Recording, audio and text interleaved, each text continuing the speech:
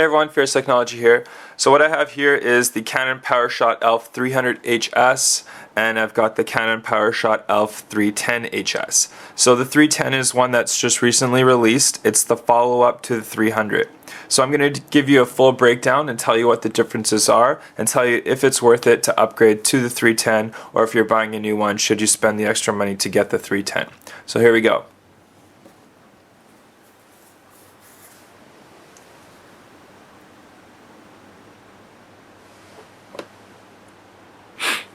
So as of right now, both these cameras are probably the best you can get for point and shoots on the market.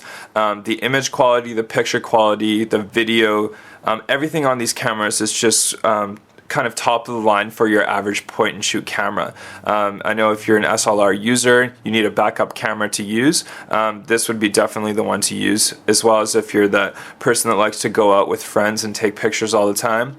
This is your best point and shoot to get. So either one of these for sure are the best point and shoot cameras on the market. So if you pick up either one of them, you're not going to go wrong. So first thing we're going to do is we're going to go over the physical comparison between each of these cameras. So I'm going to tell you what the differences are as far as the features around the side of the camera. So we'll look at the top of them first.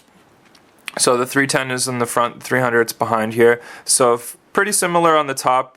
We've got a little bit of a microphone type speaker thing on the 310, whereas we've got this little indentation on the 300. If we go to the side now, the side's the big difference right here. Sorry about the little lanyards in the way, but if you actually look at the side of the 310, we've got the menu button and we've got the camera switch from auto to program auto. So those switches, which are normally, I'll show you the back of the 300, they're right down here on the back of the 300. We've got the menu button and we've got the switch right here. So those two on the 310 are now moved to the side. So if you just look just like that, now we've got them on the side there.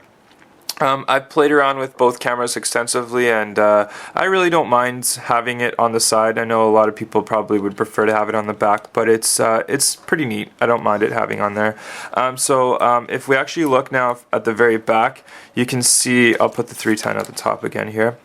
You can see that the screen on the 310 is actually bigger. So we have a 2.7 inch screen on the 300, and we have a 3.0 inch screen on the 310.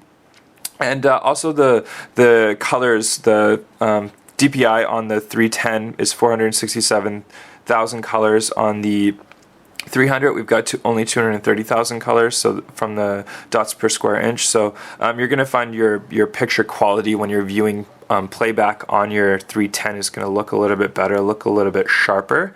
As far as weight goes, if you actually look here, we'll look at the front. So I'll put the 310 on right here, 300 right here. So you can see there's noticeably a size difference. The 310 is slightly bigger in every aspect. It's a little bit longer, a little bit wider, a little bit thicker. So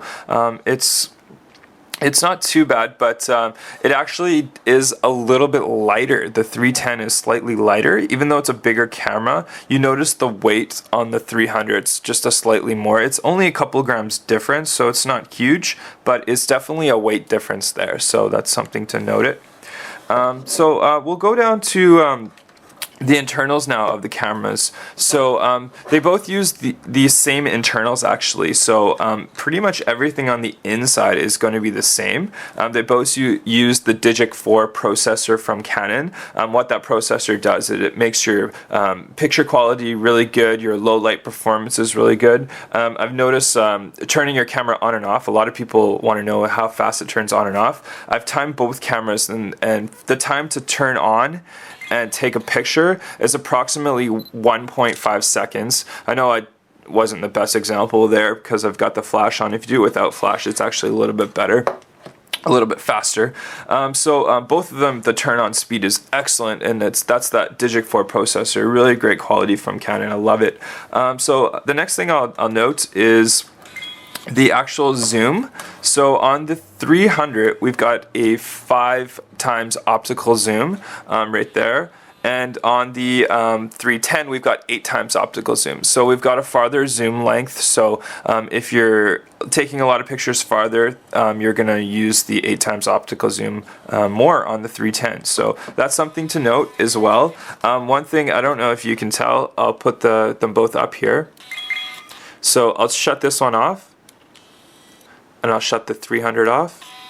So you notice the sound difference. I know that's not a big deal for some people, but I've noticed the sound of turning the camera on and off, the lens is a lot louder on the 300 compared to the 310 where it's a little bit quieter. So that's just something to note as well.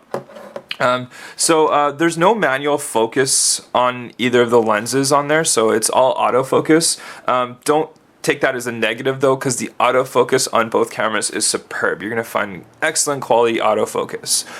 As far as macro shooting, the 300 will take pictures, macro shots from about 3 centimeters of length. Whereas on the 310, you can actually get as close as 1 centimeter. So you can get really nice close-up macro shots on the 310. So you're going to find your macro shooting is going to be a little bit better on the 310 as well.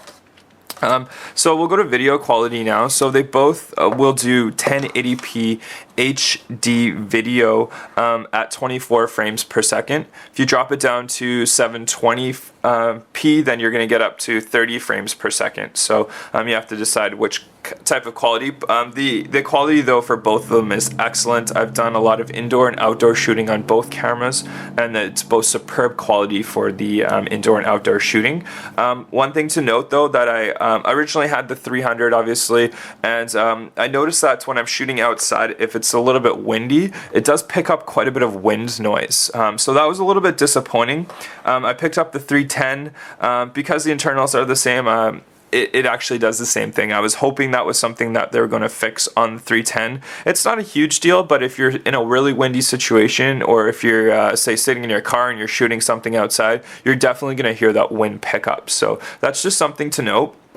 But it's still not a huge deal. The quality of the video is still excellent on both of them. So we'll go down to price difference now. So a lot of people are wondering, what's the price differences? Is it worth me to upgrade? So now that I've told you the kind of differences between each of the cameras, there's not a huge amount of differences, but there definitely are a lot of differences to note.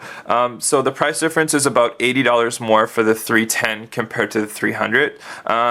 You might even find the 300 going a little bit cheaper now that the 310 has come out. But is it worth the upgrade? That's something that you need to decide. I've shown you all the differences on each of the cameras. Internals are the same, but we've got a lot of physical things that are different on them. So like the lens and the screen. So so that's kind of something that you have to decide if it's worth the upgrade to you. Color-wise, though, they are aiming the 310s. They did as well on the 300. They are aiming it towards a lot of girls now. A lot of girls want to have different colors. So the 310 does come in pink, purple, black, and silver. And the 300 also comes in red, black, and silver. So you got a lot of colored varieties. I've got the black ones here. One thing to note about the black ones is on the 300, the black feels a little bit rough, whereas on the 310 it's more of a smooth black. So that's just one little difference I've noticed in the black color of the cameras. To me personally, I did pick up the 310. I wanted the upgrade on it. I thought it was worth it to me. I liked the bigger screen and the higher resolution screen on the back of it. That's something that I was hoping the 300 had a little bit bigger of a screen, because the Elph 100 actually has a bigger screen than the 300. So now that we've got the 310 with the 3-inch screen, the image quality when you're viewing through it just looks better. So that's just something that I liked. That's probably the main reason why I upgraded. But that's something you have to decide if you want to upgrade. By all means, the 300 is an excellent camera. It's definitely worth the money. If you want to save yourself the $80, you don't care about all those little stats and features, then just go with the 300. It's such a good camera for the money. If not, you want the latest and greatest, by all means, you're not wasting your money by going for the 310. It's definitely worth it as well. So both excellent cameras. I'd love to hear what you guys think. So post in your comments below. Let me know which one you've picked up, which color you've picked up, and if you like it, and if you agree with me that you think it's one of the best cameras, definitely let me know. So throw me a like on the bottom if you've liked my review on this video, and if you haven't subscribed, subscribe to me, and I'll have a lot more reviews and all that coming up. So I'll see you guys next time. Have a great day. Bye bye.